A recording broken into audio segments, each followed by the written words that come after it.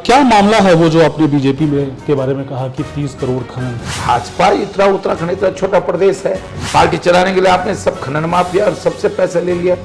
ED और CBI की जांच में आपका और आपके परिवार का भी तो नाम आया है। एक टहनी भी काटी हो, एक रुपए का गबन भी क्या हो, मैं हर से जबन तैयार हूँ। सीबीआई की जांच में हमारे खिलाफ कुछ नहीं है, ईडी की जांच में हमारे खिलाफ कुछ नहीं निकला। आपने अपने करियर में कांग्रेस, बीजेपी और बसपा जैसे कई दलों को बदला।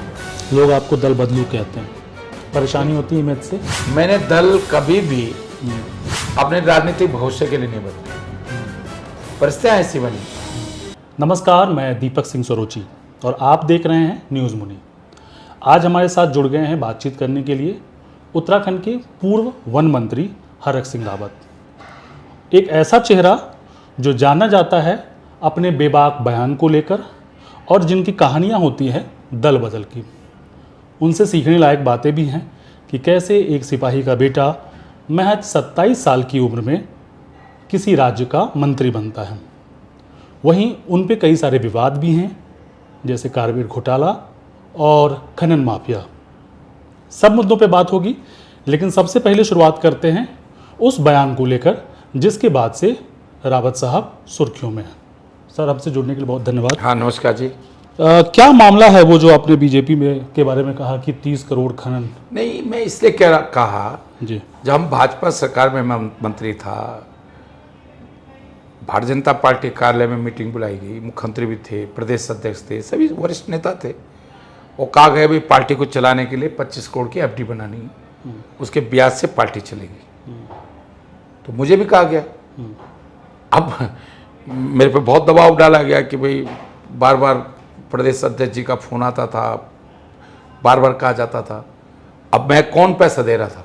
तो मैं रामनगर गया, मैंने वहाँ जो क्रेशर वाले हैं, खनन वाले हैं, उन सबको कहा भाई कि 5-5 लाख 10-10 लाख के चेक दो। फिर मैं हल्द्वानी गया, फिर मैंने वहाँ भी मांगे। आपने मांगे? हाँ, पार्टी के लिए? पार्टी के लिए।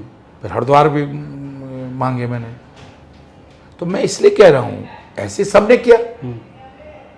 तो मैंने इसलिए कहा कि भाई भाजपा इतना उत्तराखंड इतना छोटा प्रदेश है, पार्टी चलाने के लिए आपने सब खनन माफिया और सबसे पैसा ले लिया।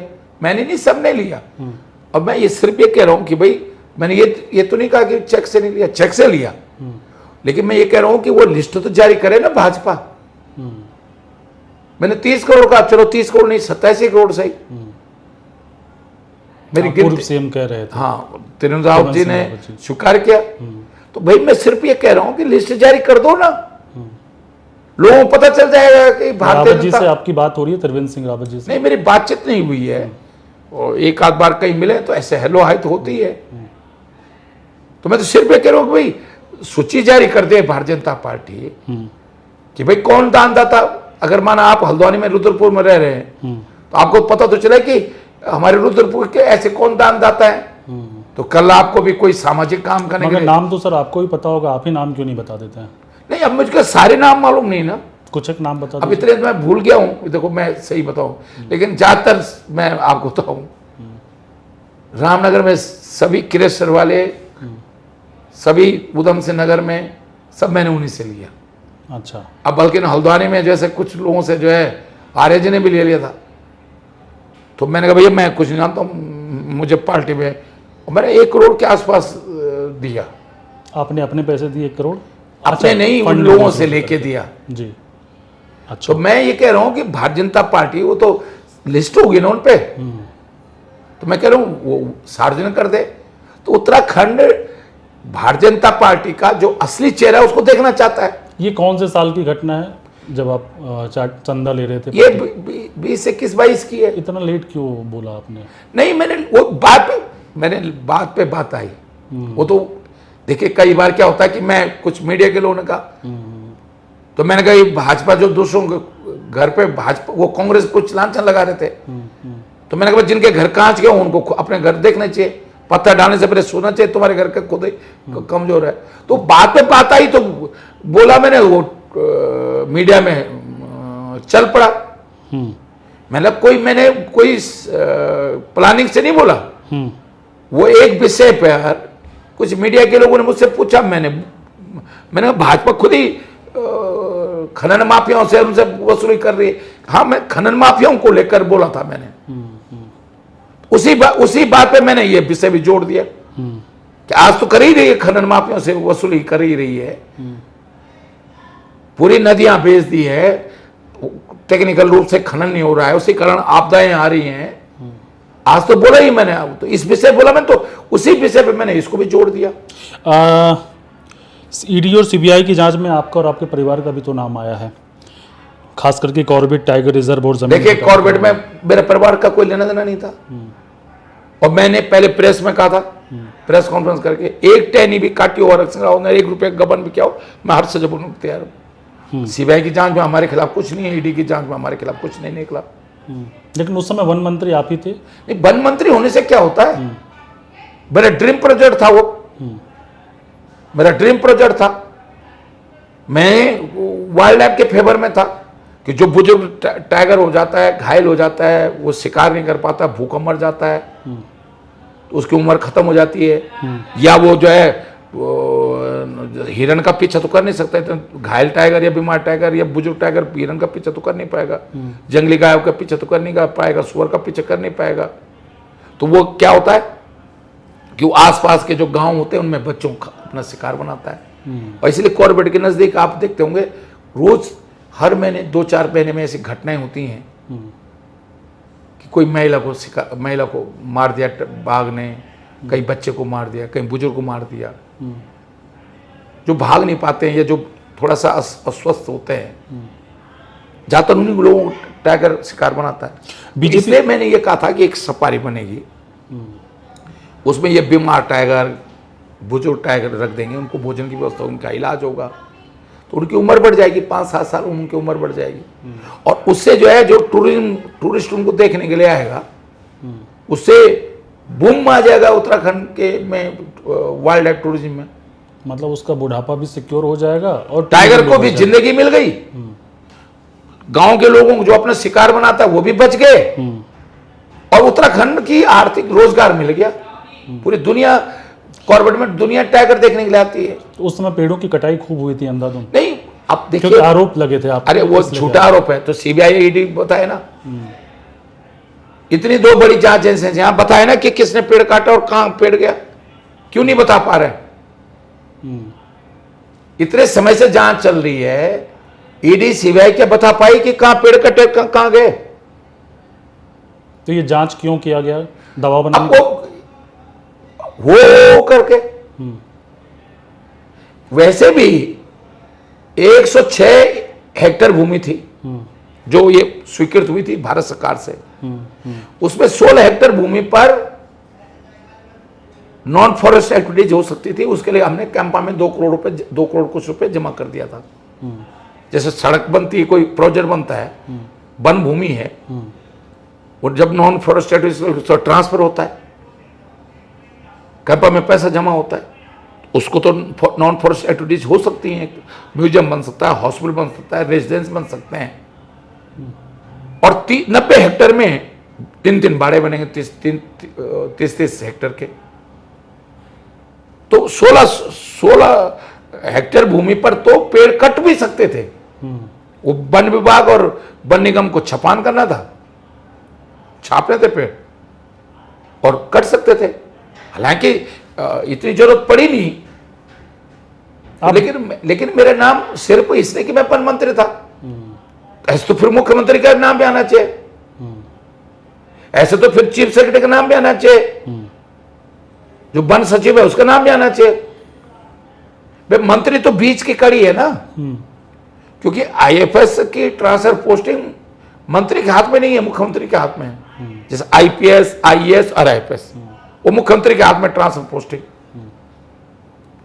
तो अगर किसी डेपो की तैनाती के लिए मंत्री जिम्मेदार है तो मुख्यमंत्री भी तो जिम्मेदार है, उसके लिए प्रमुख सचिव भी तो जिम्मेदार है।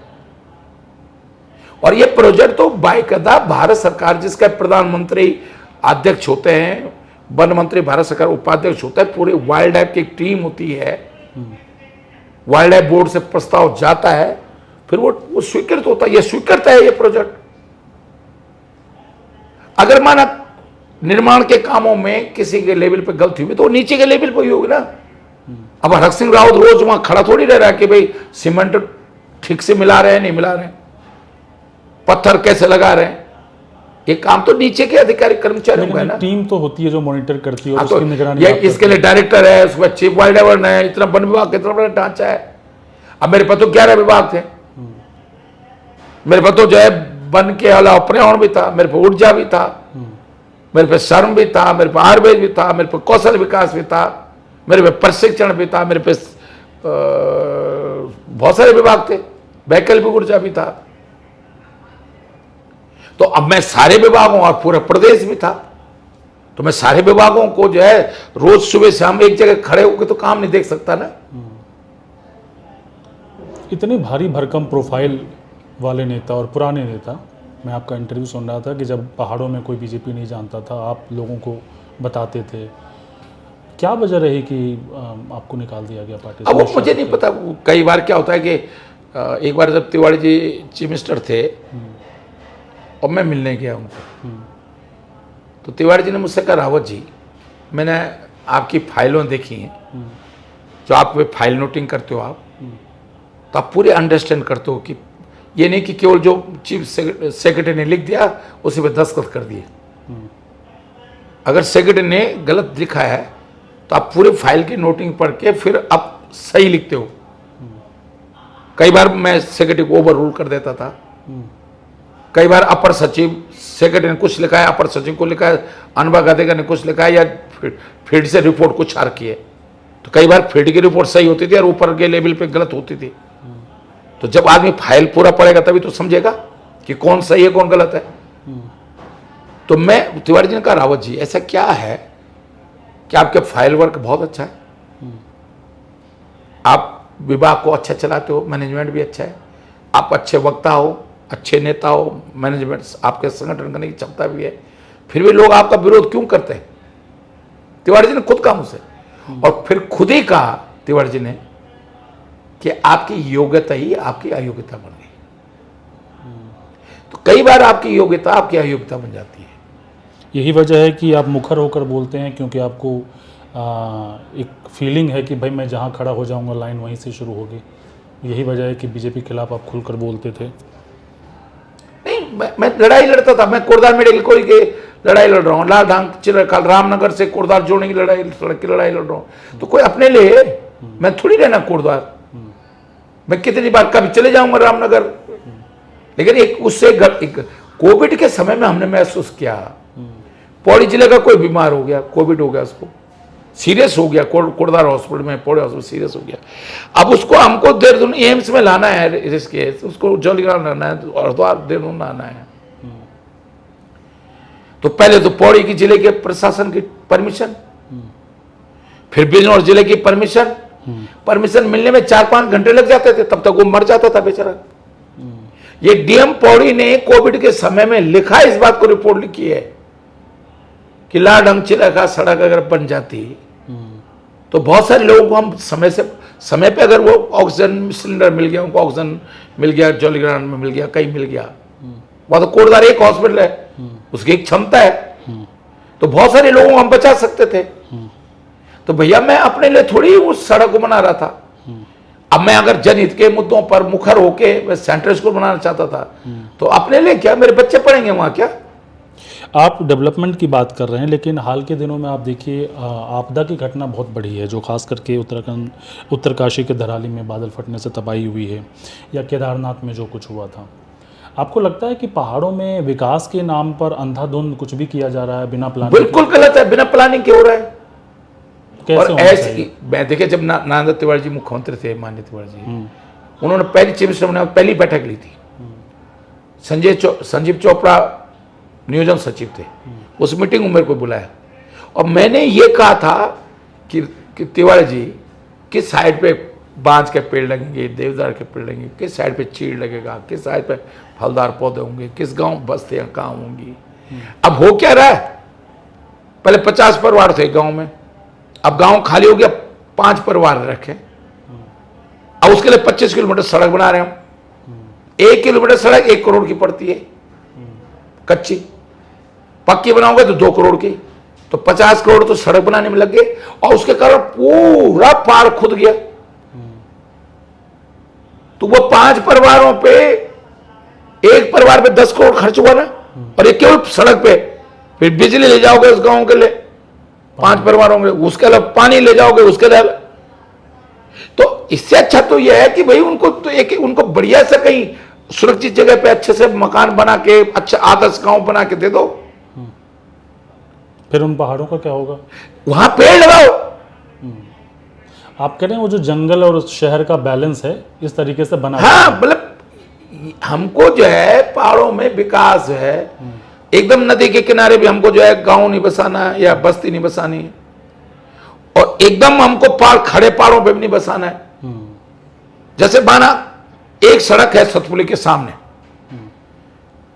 भूगर्भ विज्ञान ने फेल कर दी कि नहीं सक्सेस हो सकती है सड़क।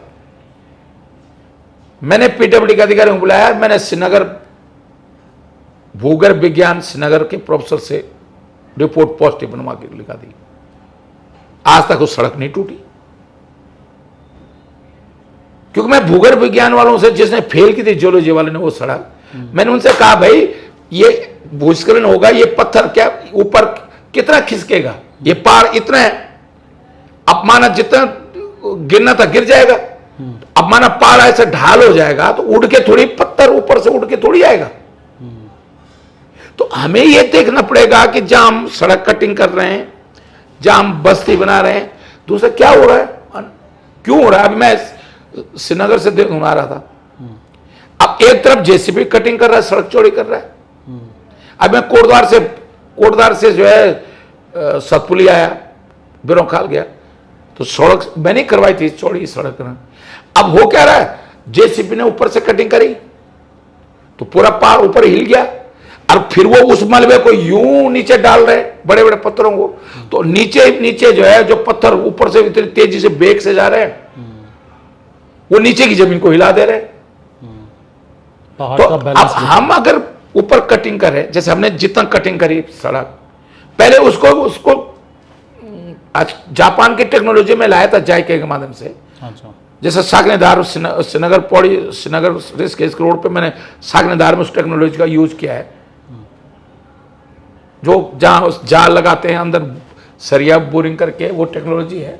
जैसे घास जम जाए उस पर, बाद में वो मजबूत हो जाता है जब उसमें पेड़ पौधे, घास और पेड़ जो है पहाड़ की मजबूती को बढ़ाते हैं, उनकी जड़ें जमीन को पकड़ के रखते हैं ना।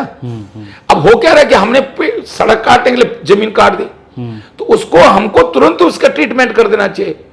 अब एक ठेकेदार सड़क काट दे रहा है, उसने अपना पेमेंट लिया, चल गया, फिर गिर जा रही, फिर तब दूसरा काम हो रहा है। तो हमको अगर 1 किलोमीटर सड़क हमने नहीं बनाई, तो उस 1 किलोमीटर ब्रेस वाल को ठीक करें, और उसके जब हम उसके कटिंग करें तो ऐसे नहीं गिर रहा है, कोई डंपिंग जोन बना दे, पुस्ता लगा के उसके अंदर भर दें उसको, मिट्टी पत्थर को, ऐसे नहीं जेसीबी से उठाया और यूं गिरा दिया। तो हम नॉन तकनीकी तरीके से कोई टेक्नोलॉजी का जो आपदा प्रबंधन के नियमों का, तकनीकों का, हम बड़ी साइंस की बात कर रहे हैं, टेक्नोलॉजी की बात कर रहे हैं, और अनाड़े जैसे हम सड़कें बना रहे हैं, अनाड़े जैसे हम प्रोजेक्ट बना रहे हैं। आपने कहा कि बीजेपी को उनकी औकात दिखाएंगे, और आपके पास कुछ और भी राज हैं। मैं औकात, देखिए मैं औकात कोई नेगेटिव में मतलब नहीं है। देखिए राजनीति में अब उसी शब्द को व्यक्तिगत लोगे तो औकात बहुत घटिया शब्द है, लेकिन राजनीति के लिए वो घटिया नहीं है। औकात मतलब तुम्हारी हैसियत दिखाएंगे कि तुमने कितने पाप कर लिए, तुमने कितना नुकसान उत्तराखंड का कर दिया इन 8 सालों में। 5 साल में भी भागीदार हूं तुम्हारे उस नुकसान में। तुम आज रोजगार के नाम पर कहां ले गए हो। अब मैं आपसे पूछ रहा हूं, ऐसे क्या हो रहा है कि सारे गलत काम भाजपा के लोग क्यों कर रहे हैं। पेपर लीक हुआ, अध्यक्ष चेन्नई का, किसका नाम था, भाजपा का, भाजपा के नेताओं का फोटो। लोकसभा का पेपर लीक हुआ, भाजपा का मंडल अध्यक्ष। अंकिता की हत्या होती, भाजपा का नेता। जितेंद्र की हत्या और आत्महत्या होती, भाजपा नेता। लाल कुआं में जो है महिला के साथ बलात्कार होता, भाजपा। अल्मोड़ा में भाजपा, चंपावत में घटना होती, भाजपा नेता। ऐसा क्या हो गया कि सारी घटनाओं के पीछे, अपराधों के पीछे भाजपा क्यों आ रही है, भाजपा के लोग क्यों इन्वॉल्व हैं? तो दुख होता है भाई, कहां ले जा रहे हो आप इस पर। देखिए इंसान है, देखो अपराधी की ना कोई जाति होती है, ना कोई पार्टी होती है, ना कोई धर्म होता है। आपने अपने करियर में कांग्रेस, बीजेपी और बसपा जैसे कई दलों को बदला। लोग आपको दल बदलू कहते हैं, परेशानी होती है इमेज से? नहीं नहीं, एक चीज सुनो, मैंने दल कभी भी अपने राजनीतिक भविष्य के लिए नहीं बदले। परिस्थितियां ऐसी बनी कि जब 94 में उत्तराखंड का आंदोलन चल रहा था, तो लखनऊ में विधानसभा के सामने संयुक्त संघर्ष समिति का धरना चल रहा था।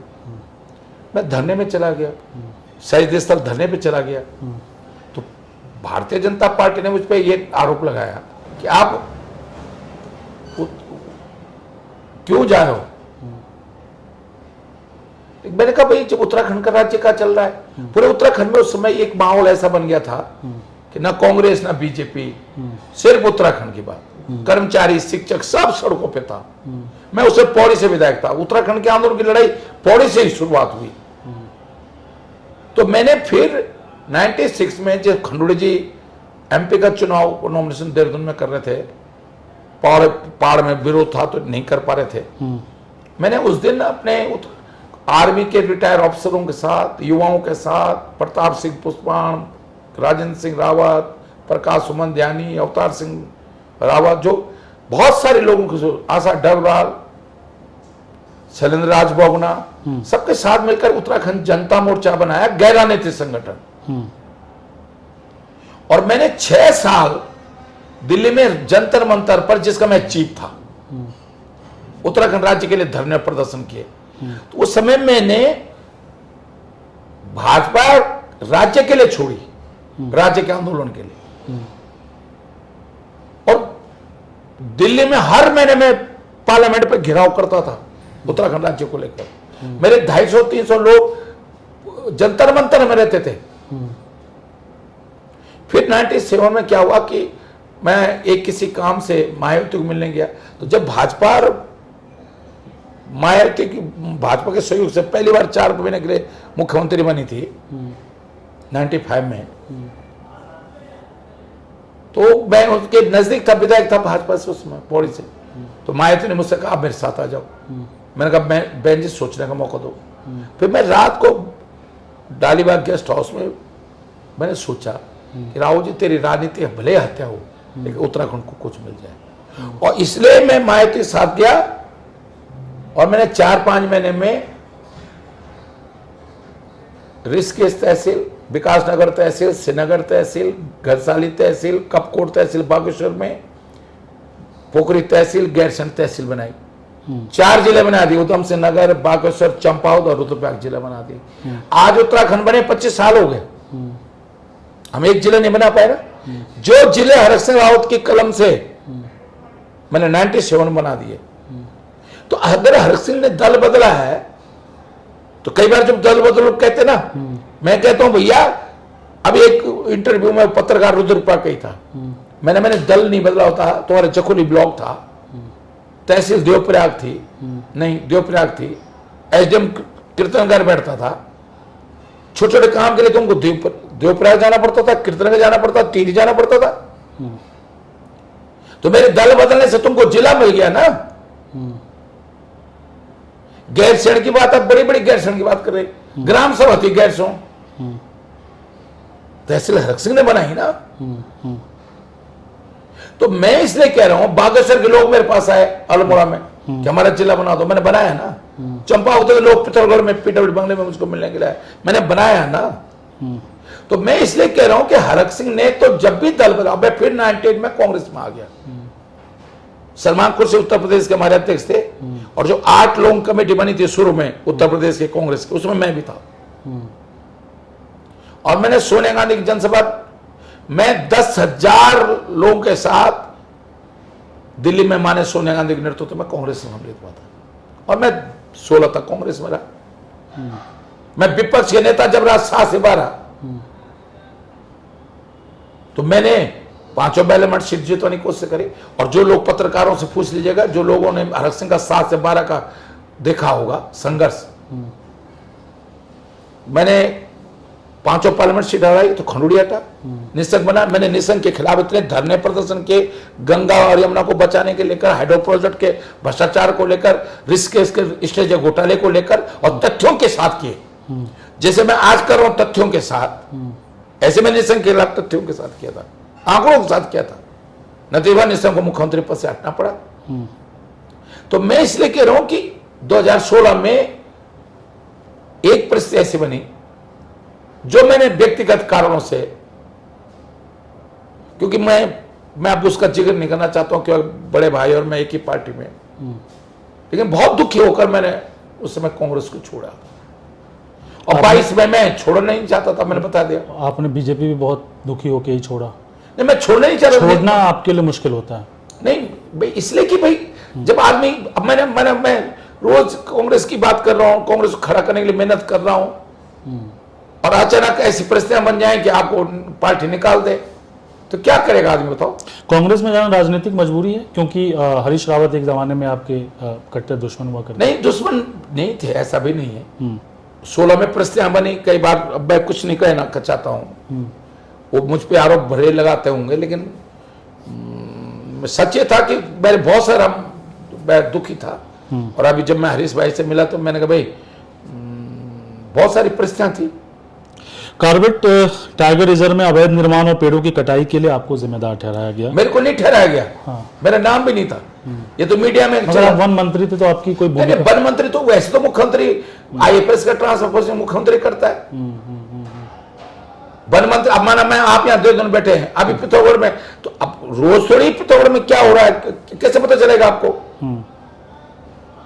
कोई सड़क बन रही है, सड़क नियम है ना उसमें, कौन काम DFO लेवल पे होगा, कौन रेंजर का होगा, कंजर्वेटर लेवल का होगा, चीफ कंजर्वेटर लेवल पे क्या होगा। तो जो जिसका इस तरह का काम है उसके ऊपर भी तो अफसर है। DFO के ऊपर डायरेक्टर है, डायरेक्टर ऊपर चीफ कंजर्वेटर है, ऊपर अधिकारी बैठे हैं, इतनी बड़ी तनख्वाह ले रहे हैं, इनको उनकी जिम्मेदारी है। मंत्री का काम तो पॉलिसी मैटर से संबंधित है। जैसे पाखरो टाइगर सफारी को नेशनल वाइल्ड लाइफ बोर्ड से मान्यता देनी थी, तो मैं हर्षवर्धन जी से मिला, मतलब मैंने वाइल्ड लाइफ, उसके कौन जाता है सेक्रेटरी को मिलने के लिए, मैं मिलने गया। मैंने कहा नहीं, प्रदेश हमारे उत्तराखंड के भले के लिए मुझे नीचे किसी अधिकारी भी जाना पड़ेगा, मैं जाऊंगा। और मैंने नेशनल वाइल्ड लाइफ बोर्ड से उसको पास कराया। तो मंत्री का काम ही है पैसे की व्यवस्था करना। मैंने लड़ झगड़ के जो है वित्त विभाग से लड़ झगड़ के जो है कोशिश करके फाउंडेशन ने 10 करोड़ रुपए कराए, उसमें से 5 करोड़ पाखरो टाइगर सफारी को दिए। तो मंत्री का काम है व्यवस्था करना, लेकिन नीचे लेवल पे अब टेंडर, मेरा काम थोड़ी टेंडर करना। इतने पूरे प्रदेश में वन विभाग के 40 DFO हैं,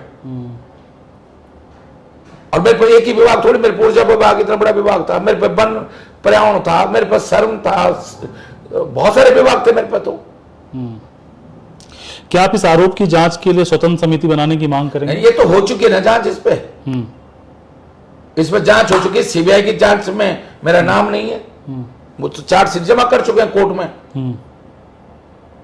ईडी की चार्जशीट जमा हो चुकी है कोर्ट में, उसमें मेरा नाम नहीं है।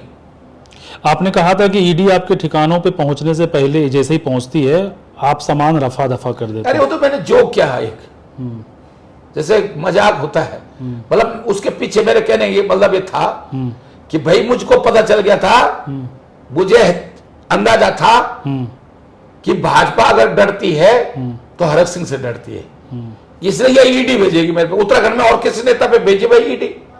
आप तो जैसे राहुल गांधी कह रहे ना कि ईडी जो है हमारे क्या हो गया, तकमा हो गया, मेडल हो गया, कि राजस्थान के प्रदेश के अध्यक्ष ईडी के उसमें, छत्तीसगढ़ के हमारे पूर्व मुख्यमंत्री ईडी के उसमें, कर्नाटक के मुख्यमंत्री उप मुख्यमंत्री ईडी के उसमें।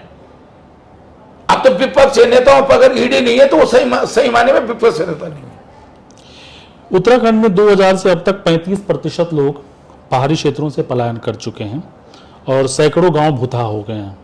क्या पिछले 25 सालों में सभी सरकार पलायन रोकने में पूरी तरह विफल रही? पूरी तरह विफल। क्योंकि आप भी सरकार का हाँ, हिस्सा मैं मानता हूं और मैं दुखी हूं इस बात को लेकर। तिवारी जी ने जब पहले मुख्यमंत्री बने थे और उन्होंने मीटिंग करी थी, मुझे बुलाया था मीटिंग में, और मैंने पहली मीटिंग में कहा था, साहब प्लानिंग इस तरह करो, प्राकृतिक रिसोर्सेस का दुरुपयोग नहीं, दोहन नहीं, उसका उपयोग होना चाहिए, तालमेल होना चाहिए। जैसे जंगल भी बचे, आज जंगल क्यों नहीं बच रहे हैं? कि हमने कानून ऐसा बना दिया कि किसी का अपने खेत में भी पेड़ होगा तो वो काट नहीं सकता। अब आदमी सोचता कि लगाते ही नहीं पेड़, इसलिए नहीं तो हर लोग जंगलों अपने खेतों के किनारे किनारे पेड़ लगाते थे, और जब तुन का पेड़ लगाते थे, नीम का पेड़ लगाते थे, जहां जो पेड़ हो सकता था, तो पहाड़ों की मजबूती के लिए। उससे क्या होता था उनको, अब जब पेड़ बड़ा हो जाता था उनको घर बनाने लकड़ी चाहिए तो लकड़ी मिल जाती थी, चीड़ के पेड़ लगाते थे। अब हमने कानून ऐसे बना दिया कि अपने ही खेत में कोई अपने, अरे भाई ये मैंने जब जावगढ़ जी थे वन मंत्री, मैंने उनको समझाया, मैंने एक तो वो 10 साल माना, 10 साल उसने पेड़ लगाया अपनी जमीन में, तो 10 साल उन पेड़ों ने जो उस किसी ने अपने भूमि पर पेड़ लगाए, 10 साल उसने ऑक्शन दिया समाज को, उत्तराखंड को, देश को फ्री ऑक्शन, दुनिया को फ्री ऑक्शन दिया उन पेड़ों ने। उन पेड़ों को लगाने के लिए वन विभाग या किसी ने तो काम नहीं किया, उसने खुद लगाए पेड़, 10 साल ऑक्शन दिया, 10 साल कार्बन को ऑब्जर्व किया जो इन्वायरमेंट के लिए खराब है, 10 साल उसने जो है पानी को ऑब्जर्व किया और धीरे धीरे डिस्चार्ज किया, जिससे कि प्राकृतिक आपदा भी ना आए। और अगर वो 10 साल बाद अपने पेड़ काटना चाहता है, बेचना चाहता है, उस आमदनी हो जाए, तो अब वो बेच ही नहीं सकता, ना वो काट सकता, तो कोई लगाएगा नहीं पेड़। तो ये जो हमने नीतियां बनाई ना उत्तराखंड के, क्या नीतियां हो सकती है अगर रोजगार देखिए नीतियां, देखिए सुन लीजिए मेरे को, जैसे मैंने एडवेंचर टूरिज्म है, रिवर राफ्टिंग मैंने शुरू कराया।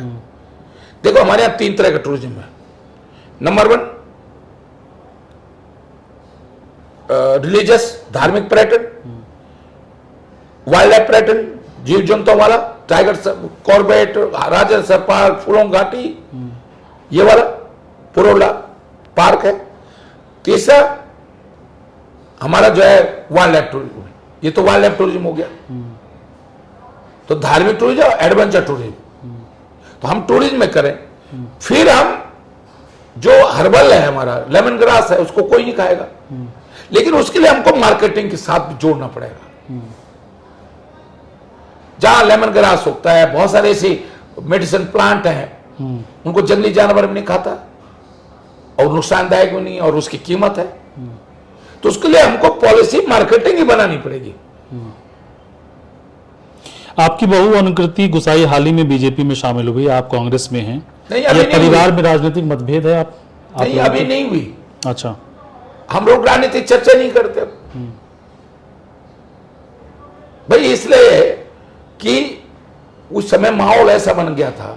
अब सब आरक्षण तो नहीं होते ना, अब वो नई लड़की है, अभी शादी हो के आई, माना अब ईडी सीबीआई, उसकी किस्मत खराब है, हमारी बहू बनी। हमारे परिवार के आरक्षण राव की बहू नहीं बनी होती भाई, वो तो टैलेंटेड बच्ची है, वो कॉन्वेंट स्कूल में, आर्मी स्कूल में पढ़ती थी, लेस्टोन में वहां का विधायक था, तो वो तो बहुत टॉपर रही है। उसका नाम आज भी टॉपर लिस्ट में आर्मी स्कूल में उसका नाम है। तो आप कह रहे हैं कि अनुकृति गुसाई की किस्मत खराब है कि आपके घर में बहू बनी, तो उसके कारण ही ईडी और सीबीआई और सब जाल में आ गए। तो उसने कोश्यारी जी ने को वो गई होगी कि भाई क्यों आप परेशान कर रहे हो हमको। कोश्यारी जी ने उसको महेंद्र भट्ट को बुलाया, उन्होंने कहा बेटा तुम आ जाओ। उसको मेरे को फोन आया, मैंने कहा बेटा तुम भाई, अब मैं उस स्थिति में, मुझे आप बता दो, मैं अपने को तो मजबूत कर सकता हूं। इसलिए तो जानबूझ को उन्हें पता था हरक सिंह को तो नहीं दबा सकते हम। अब कैसे फैल रहा टाइगर की तरह हरक सिंह रावत, क्या मेरे परिवार का वो नहीं ना टेंशन। अब तुम बच्चों को भी, इसको भी, भाई उनकी गलती ही नहीं है, तुम जबरदस्ती क्यों उनको इन्वॉल्व कर रहे हो। पागल टाइगर सबर से बहू का क्या लेने देना। उसको भी समन भेज दिया था, बेटे का क्या लेने देना? सहसपुर की जमीन से, चलो मिसेज के नाम पर तो जमीन थी, उसको तो बेटा तो पढ़ रहा था अमेरिका में, उस समय जब जमीन ली होगी तो हाई स्कूल इंटर में रहा हुआ, तो उसको तो जमीन से क्या लेना देना? आप कह रहे हैं पॉलिटिकल वेंडेटा? पॉलिटिकल था 100%।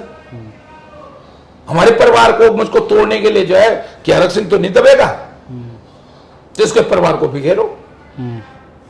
उत्तराखंड की राजनीति में परिवारवाद बढ़ा है और जनता के जो हित हैं उसको धकेलते हुए अपने स्वार्थ को आगे। मेरा कहना यह है कि परिवार में तो देखिए बिल्कुल नहीं होना चाहिए, चाहे मैं हूं चाहे कोई हो। ये ठीक है कि वकील का लड़का वकील बनता है, डॉक्टर का लड़का जहां तक कोशिश ऐसी होती है कि डॉक्टर बनता है, लेकिन ये एग्जाम नहीं है, क्वालिफिकेशन नहीं है, ये तो जन सेवा है।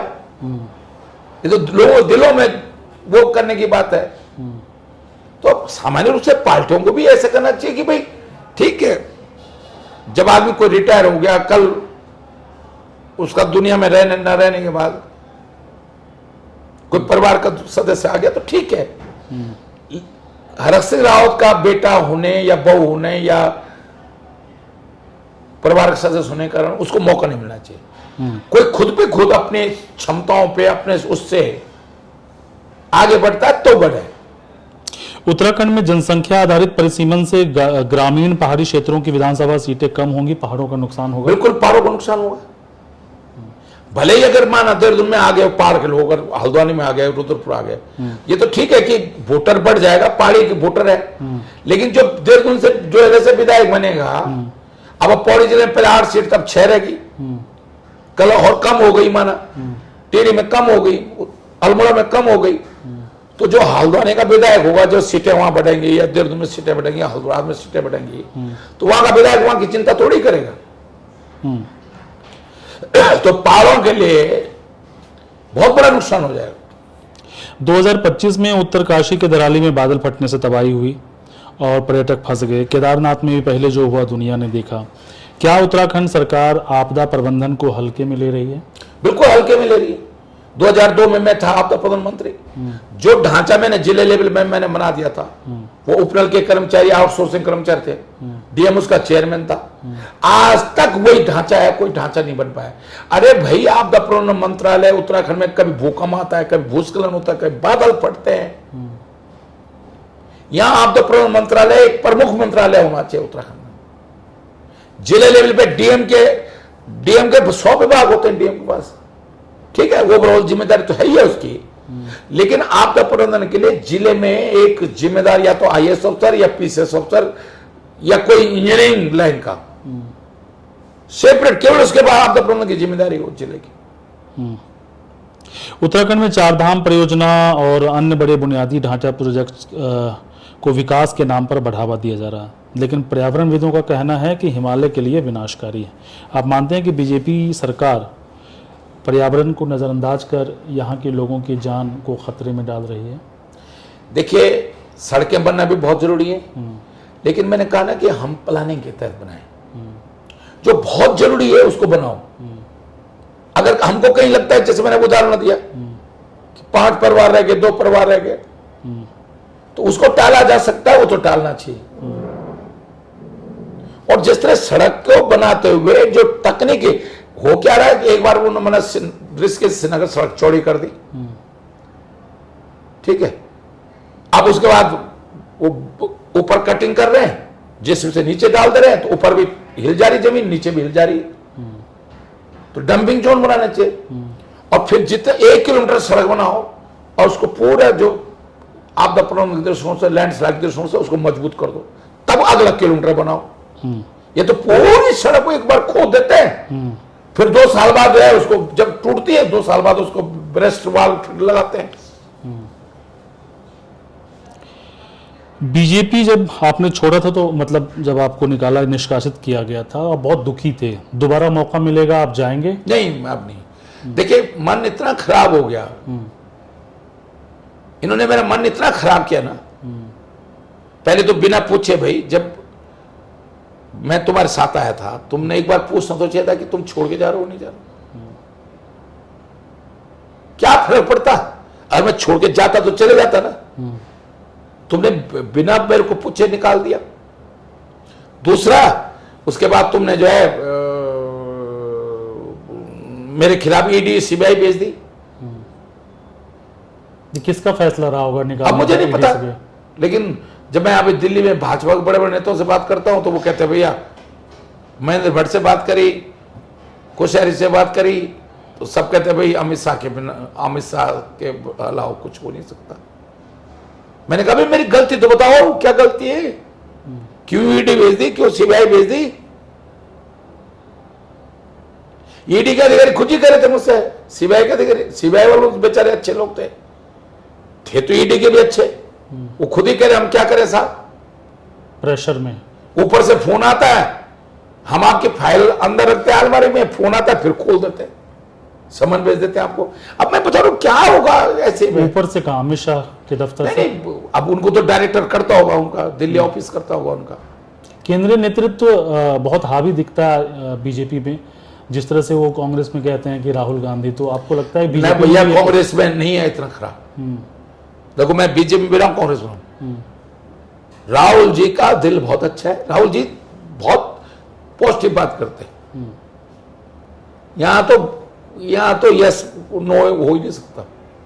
हम तो राहुल जी के सामने बहुत सारी अभी मीटिंग थी, बहुत सारे जो मन में था हमारे वो हमने राहुल जी के सामने बोला, खड़गे जी के सामने बोला, वेणुगोपाल जी के सामने बोला।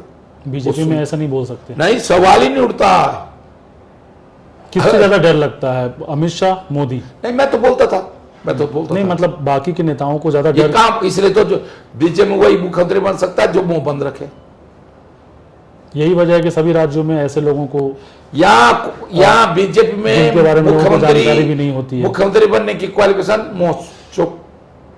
आप कह रहे हैं बीजेपी में मुख्यमंत्री वही जो चुपचाप? बीजेपी में मुख्यमंत्री की कोई क्वालिफिकेशन क्या है? हाँ। कि ना मैं देखता हूं ना सुनता हूं, ना वो जो महात्मा गांधी 3 बंधन नहीं थे। तो ये देखता सुनता कौन है? अब वो ऊपर वाले करते होंगे। ऊपर वाले कौन? अमित शाह? अब मैं देखिए मैं क्यों नाम लूंगा, अब मैं जब जिस घर जाने ज्यादा पावरफुल कौन है? अब मुझे तो अमित शाह जी लगते हैं भाई, सारे निर्णय अमित शाह के होते हैं। अब मुझे नहीं पता, लेकिन मुझको तो यही लगता है। अगर अमित शाह आपको बुलाएं फिर से? नहीं, ये भाई देखो मैंने हमेशा उनकी इज्जत करी। मैंने तो अपनी जिंदगी में किसी के पैर छुए तो अटल जी के छुए थे। हमारे यहाँ पहाड़ में माँ बाप के भी नहीं छूते, नहीं है ना रिवाज हमारे यहाँ। अब क्योंकि रोज मिलना जुलना होता है, नमस्कार करते हैं, पैर भी छूते हैं। नेतागिरी में झूठ छूते हम लोग सबके वोटर के, लेकिन मैंने दिल से छुए थे। लेकिन अब आज भाई आपने किसी को इतने दुखी मत करो ना।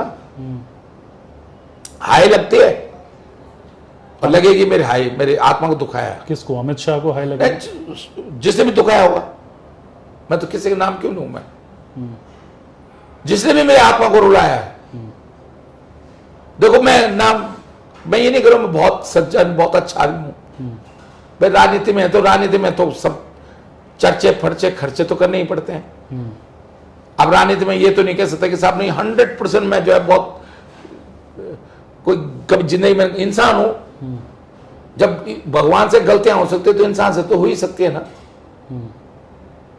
लेकिन कोई गलती ऐसा नहीं कि मैंने किसी के मन को दुखाया हो। इसलिए कि जो मेरे मन को दुखाएगा, जैनी प्रकरण में मैं आज भी जैनी प्रकरण में जब विधानसभा में कुछ लोग मुझ पर आरोप लगा रहे थे, मैंने आंखें बंद करके आंसू थे मेरी आंखों में, क्योंकि मैं बहुत पाक साफ था। जिस लड़की का आरोप लगा मैंने उसको देखा ही नहीं था, छूना तो अलग चीज है। मुझे पता ही नहीं था कि किस लड़की का आरोप लगा रहे मेरे पे, तो मैंने आंखें बंद करी, तो उसके बाद वो लोग विधानसभा नहीं आ पाए। किसने आरोप लगवाया होगा?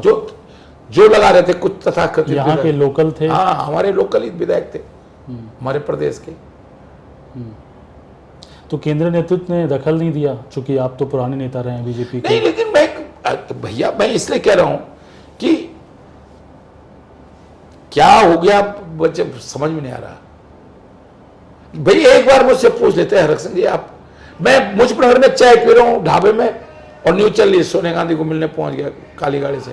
अरे मुझे जाना होता, मैं क्या हरक सिंह तो इतना कायर है क्या? खुल के प्रेस कॉन्फ्रेंस करके जाऊं, चोर उतरे थोड़ी जाएगा हरक सिंह राव। अगर कांग्रेस में सम्मिलित होगा हरक सिंह रावत या भाजपा छोड़ेगा तो चोरों की तरह तो क्यों छोड़ेगा? और छोड़ने होते मैं उन लोगों में नहीं हूं, छोड़ने होते तो पहले छोड़ चुका होता, जब यशपाल आर्य ने छोड़ी थी। जब 8 जनवरी को आचार संहिता लग गई और मैं कोटद्वार में रैली करी मैंने, और मैं कोटद्वार में भाजपा के लिए मैंने कहा भाई कोटद्वार से जो भी लड़ेगा लेकिन भाजपा को वोट देना है। तो जो आदमी 8 तारीख को ऐसे मैं हरक सिंह इतना क्या काहिर है क्या, जो 8 तारीख ये भाषण दे रहा है 16 तारीख को छोड़ देगा पार्टी? तो एक बार सोचना तो चाहिए था। जिन लोगों ने मेरे खिलाफ षड्यंत्र रचा तुम उन षड्यंत्र के हिस्से बन गए। बीजेपी ने हल्के में लिया आपको कि हरक सिंह रावत के? नहीं, हल्के में तो नहीं लिया। हल्के में लिया होता तो मैं 2000 जब त्रिवेंद्र रावत मुख्यमंत्री बना तब मैं मंत्री बनने लेते आने था, धामी जब मुख्यमंत्री बना तब मैं मंत्री बनने लेते आने था। मैंने कहा ना मैं मंत्री ठीक हूं। मुख्यमंत्री बनना चाहते थे? नहीं, मुख्यमंत्री पहले तो था दिमाग में, लेकिन 57 विधायक आ गए 17 में, 40 आते तो मैं मुख्यमंत्री होता। अच्छा, मतलब यहाँ पे सारा क्रेडिट केंद्रीय नेतृत्व को चला गया, इस वजह से आप पीछे रह गए। इसलिए मैं आज आप कह रहा हूं, जब मैं भाजपा में गया था तो अकेला मैं एक ऐसा आदमी था जो विधायक मेरे साथ गए उनके लिए, तो जो जिस सीट से विधायक था उसके लिए वोट। अकेला मैं एक ऐसा विधायक था क्योंकि मंत्री में ही था अकेला जो मेरे साथ 10 गए थे, बाकी तो विधायक थे केवल। विजय बहुगुणा भी पूर्व मुख्यमंत्री थे, विधायक थे केवल। कि मेरे लिए था कि भाई 3 सीटें कहीं से तुम लड़ोगे, जहां तुम बोलोगे वहां तुम्हें टिकट, कि भाजपा कितना ही बड़ा नेता होगा उसको विड्रॉ कर दिया जाएगा और आपको टिकट दिया जाएगा। बाद में नड्डा जी ने मुझसे कहा आप कोदार लड़ो, मैं कोदार लड़ गया। उस समय मैंने ये कहा था कि भाई आप जो है मुख्यमंत्री का चेहरा जो है कोई नहीं डिक्लेयर करो, और उन्होंने किया भी नहीं। 2000 आपने कहा था? मैंने पार्टी से कहा था भाई आप मुख्यमंत्री चेहरा मत डिक्लेयर करोगे, और उन्होंने किया भी नहीं। अब 57 विधायक आ गए तो फिर तो आपको पता है कि हरक सिंह की वक्त खत्म हो गई। इस वजह से और दुखी है कि आपको मुख्यमंत्री बनाना चाहिए था, पुराने नेता रहे हैं, इतने समय से नहीं बनाया उन्होंने, भाई आप उन्होंने नहीं बनाया। त्रिवेंद्र रावत को बना दिया, फिर तीरथ को बना दिया, फिर धामी को बना दिया। कांग्रेस में आपको उम्मीद है कि? अब देखो कांग्रेस में क्या है होना, 12 में तो मैं सरकार लेके आया, एक तरह से आनंद शर्मा ने और उन्होंने मुझे, पचौरी जी ने मुझे बुला के कह दिया, किशोर उपाध्याय मेरे साथ जो बीजेपी से विधायक है, कि आपका हमने फाइनल करा दिया। रात ही रात परिवर्तन हो गया। अब देखिए जो राजनीति से मन उठ गया, हर पार्टी ऐसा करती है। नहीं, मेरा मन नहीं उठा। मैं तो यह है कि आज मैं तो सबको सलाह देता हूँ, चाहे कोई पत्रकार हो चाहे नौकरी वाला हो, कि आदमी को हर समय काम में व्यस्त रहता है, दिमाग भी व्यस्त रहता है, शरीर भी व्यस्त रहता है, तो उम्र बढ़ जाती है। आपने स्वीकार कर लिया कि अब जो किस्मत में होगा वही होगा, हार गए आप? हारा नहीं, मैं हारने वाला हूं नहीं, हारने में नहीं, पर यह कि बहुत ज्यादा जिस चीज के पीछे भागो ना वो नहीं मिलती, वो चीज आपसे दूर भाग जाती है। जिस चीज के पीछे भागो वो चीज दूर भागती है। इसलिए भैया ठीक है, हमें काम करना है।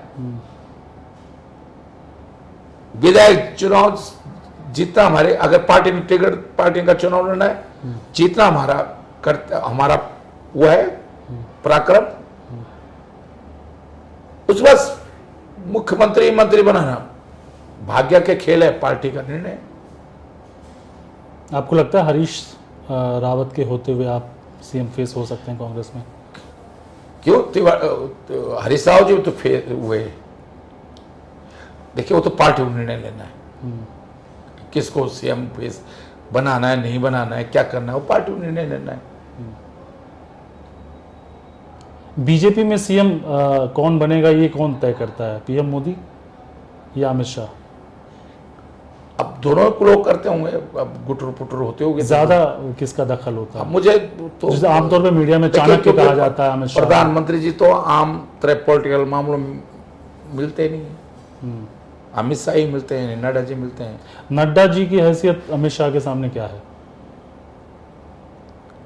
अब क्या बोलूं मैं, अब सारी दुनिया जानती है हिंदुस्तान। मतलब आप जो कि पार्टी के पुराने नेता रहे हैं। नहीं, मैं देखो मैं अब इस पर कोई टिप्पणी, अब जिस घर जाना नहीं, आपकी बातों से लग रहा है रबड़ स्टाम्प टाइप से हैं वो। अब ऐसे ही मुझे तो ऐसे ही लगता है भैया, देखो इस पे क्या बोले। अब जब जिस घर जाने नहीं उस घर के अच्छा ही बुरा के बारे में चर्चा कर क्या फायदा। नहीं, लोगों तक ये बात जानी चाहिए, क्योंकि आरोप लगते हैं कांग्रेस पे कि राहुल गांधी परिवार जो कहता है नहीं, ऐसा भी नहीं है। राहुल गांधी में तो एक चीज सुन, राहुल गांधी को प्रधानमंत्री बनना होता तो 4 बन गया होता। सोनिया गांधी को बना रहे थे। ये दिल पीएम मोदी दिखा सकते थे कभी? कोई नहीं दिखा सकता। वो पीएम पद छोड़ सकते हैं कि देश की इसके लिए नैतिक? अब मुझे नहीं लगता। हाँ, मुझे तो नहीं लगता। मोदी जी कुर्सी के लिए जीते हैं? भाई एक बहन तो मोदी जी से मेरी पहली मुलाकात हुई थी झांसी में, जब मुरली मनोहर जोशी ने जो है एकता यात्रा निकाली थी। कौन से साल की बात है? ये 91-92 की साल। और वो संयोजक थे उस यात्रा के। राधा सिंह जी में गए थे झांसी में, पूरी सरकार गई थी, कल्याण सिंह गए थे सब। तो जब सुबह रैली शुरू होनी थी, मतलब यात्रा शुरू होनी थी, तो जैसे होता ना कि भाई रथ कहाँ लगेगा, जिसमें मुरली मनोहर जोशी जी, फिर पत्रकारों की गाड़ियाँ कहाँ लगेंगी, तो उस दिन पहली बार मेरी मुलाकात हुई थी। कैसे लगे थे वो? महत्वाकांक्षी थे? तब तो वो एक कार्यकर्ता के रूप में, एक सामान्य नेता के रूप में थे। तब तो भाई कोई ऐसा भाग्य है उनका, भाग्य भी है। भाग्य है या उनकी मेहनत है? मेहनत भी है, भाग्य भी है, दोनों चीजें। भाई मेहनत तो सब करते हैं, केवल मेहनत आप विधायक बनने के लिए कर सकते हैं। मेहनत तो आपने भी किया, सीएम बहुत करी, और मेहनत करी तभी तो जीतता हूं। नहीं, सीएम अगर नहीं बन पाए ना? हाँ, तो नहीं बना। अब मैं नहीं तो 40-45 साल की उम्र में सीएम हो जाता। हाँ, क्योंकि राजनीति में आप बहुत पहले आ गए थे, मंत्री आप 27 साल की उम्र में बन गए। 27-28 साल में वो यूपी में, जहां आदमी या उत्तराखंड तो अलग चीज है, उत्तर प्रदेश में मंत्री बनना ही बहुत बड़ी चीज है। प्रधानमंत्री बनने के बाद मोदी जी के सामने कितनी बार गए, कितनी बार मुलाकात? मैं तो बहुत बार मिला हूं, बहुत बार। कैसे व्यक्ति लगते हैं? अब मुझे तो बहुत इज्जत देते थे भाई। चाहे मैं प्रधानमंत्री कार्यालय में जो पीएमओ में था मीटिंग, तो आज सबके साथ, और उत्तराखंड के टाइगर के हाल हैं। जैसे भी नारे लग रहे हैं, वोट चोर कुर्सी छोड़, तो आपको लगता है कुर्सी के लिए मोदी जी कुछ भी करेंगे? ये जो है केवल मोदी जी के लिए नहीं है, जो भी वोट चोर है उसके लिए है। जो भी वोट चोरी कर रहा है वो कर रहा है। लेकिन कुर्सी तो पीएम मोदी तो के लिए सिंबॉलिक होता है जा ना, सकता है। इसीलिए तो कभी आपको कभी लगा कि वो कुर्सी के लिए इस हद तक जा सकते हैं, कुछ भी अनर्गल? वो एक चीज सुनो, जो राहुल जी ने आंकड़े दिए हैं, गलत आंकड़े तो नहीं दिए ना। जिस घर में कोई उस बात से, एक कमरे में 80 लोग कहां से रह रहे थे और थे ही नहीं वहां, तो बेईमानी तो है ना। मोदी जी बेईमान हैं? मैं मोदी जी को नहीं कह रहा हूं, लेकिन सरकार में तो वही है ना, सरकार सब। अब मैं केवल उनको नहीं कर रहा हूं, लेकिन है तो है ना। सरकार को बोला जा रहा है ना। अब यह मैं भाजपा सरकार पे यहां आरोप लगा रहा हूं, इसको ये थोड़ी कि मैं धामी को बोल रहा हूं। मैं भी होता माना, और धामी मेरे पे लगाता तो आप मेरे को पर्सनल नहीं लेना चाहिए। सरकार के खामियों को आदमी को पर्सनल नहीं लेना चाहिए। मैं विपक्ष का नेता हूं, मैं सरकार के जहां घोटाले होंगे, जहां गड़बड़ होंगी, चाहे दोषी कोई भी होगा, लेकिन उसके दोषी सरकार ही मानेंगे। तो वोट चोरी के आरोप को पीएम मोदी को पर्सनली नहीं लेना चाहिए? नहीं, मतलब मैं कह रहा हूं, पहले तो ऐसे गलत काम होने ही नहीं चाहिए। भाई देखो, मोदी जी ने गलत किया कि नहीं, ये क्लियर कीजिए आप। अब देखिए मैं क्या बोलूं, वो सारे, क्योंकि आप जिस पार्टी में हैं, उस पार्टी के नेता, विपक्ष के नेता देखो, राहुल मैं गांधी पर्सनली, कह रहे हैं। मैं केवल मोदी क्यों बोलूं? मैं तो पूरी भाजपा सरकार चोर है, बस ये कह रहा हूं मैं। वोट चोरी तो एक ने नहीं की होगी ना, पूरा प्लानिंग हुई होगी ना इनकी, कोई तो करता होगा ना। ये जो गलत है, ये लोकतंत्र की हत्या है। बीजेपी वाले कहते हैं देश सेवा, तो वो देश सेवा कर रहे हैं या कुर्सी सेवा कर रहे हैं? मुझे तो नहीं लगता कि देश सेवा कर रहे हैं। आपको लग रहा है देश सेवा कर रहे हैं? नहीं, मैं तो पत्रकार हूं, मुझे तो जो आप कहते हैं वही लगता है। नहीं, आप आदमी को व्यक्तिगत उपित होता है। व्यक्तिगत मैं कैमरे के बाहर रहूंगा आपसे। चलिए, खैर, अच्छा लगा बात करके, आप हमारे साथ जुड़े, इसके लिए बहुत शुक्रिया। नमस्कार। नमस्कार।